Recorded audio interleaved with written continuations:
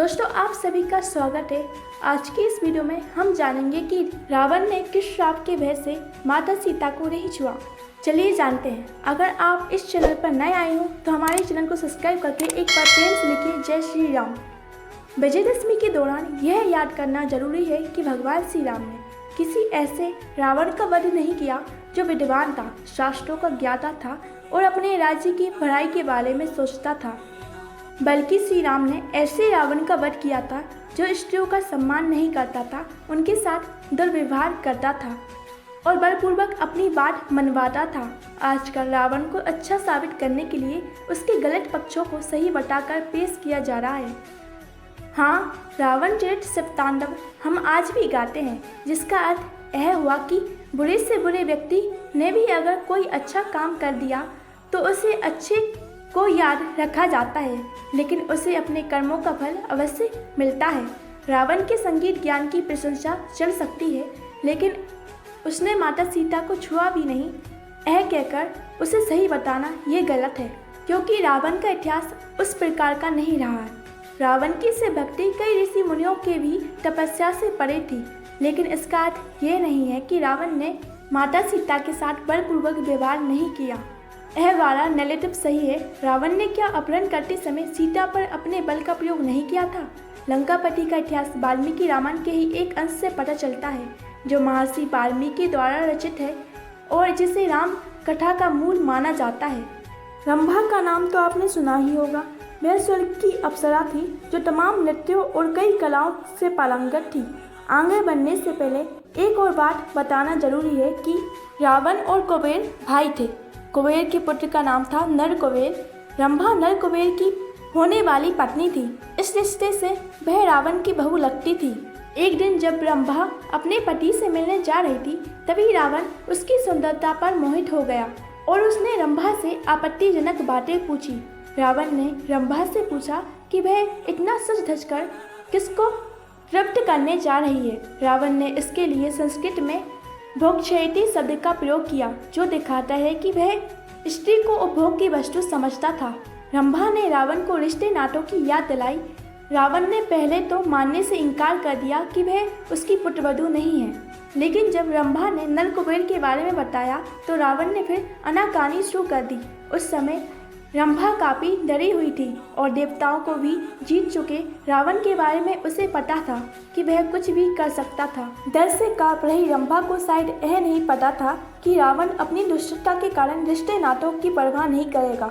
क्या आपको पता है, जब यह साबित हो गया कि रंभा रावण की पुत्रवधू है, तब रावण ने क्या जवाब दिया? रावण ने कहा कि सारे रिश्ते नाते सिर्फ उन्हीं स्त्रियों के लिए होते हैं जो किसी एक पुरुष की पत्नी हो। उसने रंभा से कहा कि स्वर्गलोक में तो ऐसा कोई नियम कानून रिश्ते नाते नहीं होते हैं। इसके बाद रावण ने रंभा का अपमान किया और उससे आपत्तिजनक टिप्पणी की। साथ ही उसने घमंड में चूर होकर अपनी वीरता का बखान किया और यहाँ तक कहा कि अश्विनी कुमार सहित दुनिया का कोई भी पुरुष उससे बेहतर नहीं है। मर्यादा पुरुषोत्तम श्री राम जहाँ सबरी के झूठे फल खाते थे, रावण किसी भी स्त्री की तरफ सही नजर से नहीं देखता था। वाल्मीकि रामायण के अनुसार रावण ने रंभा का बलात्कार किया। इव मुक्ता साताम रक्षो निवसिष्या शिलातले कामे भोगावी ससंगतो मैथुनो पाच्यक्रमे। अर्थात इस श्लोक का यह अर्थ है कि राक्षस राज रावण ने रंभा को बलपूर्वक शिला पर बैठाया और फिर काम भोग में लीन होकर बलपूर्वक उसके साथ समागम किया। रंभा के पुष्पहार टूट गए, उसके द्वारा धारण किए गए आभूषण बिखर गए और व्याकुलता से वह पीड़ित हो उठी। रावण ने रंभा का बलात्कार करने के बाद वहीं छोड़ दिया और निकल गया। महर्षि वाल्मीकि लिखते हैं कि उसकी हालत ऐसी हो गई थी जैसे किसी फूलों की लता को हवा द्वारा झकझोर दिया गया हो। उसका श्रृंगार अस्त व्यस्त हो गया था और उसका शरीर कांप रहा था।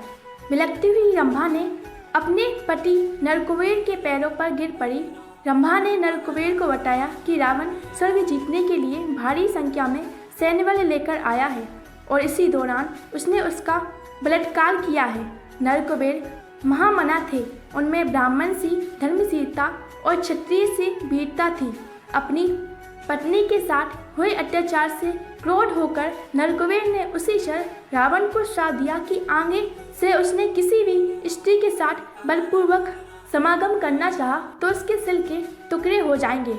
अर्थात रावण तब तक किसी स्त्री को छू नहीं सकता था जब तक वह ना चाहे। अब आप सभी को जवाब मिल गया होगा कि रावण ने सीता माता से इतनी मिन्नतें क्यों की। उसने इस श्राप की वजह से कभी भी माता सीता को स्पर्श नहीं किया।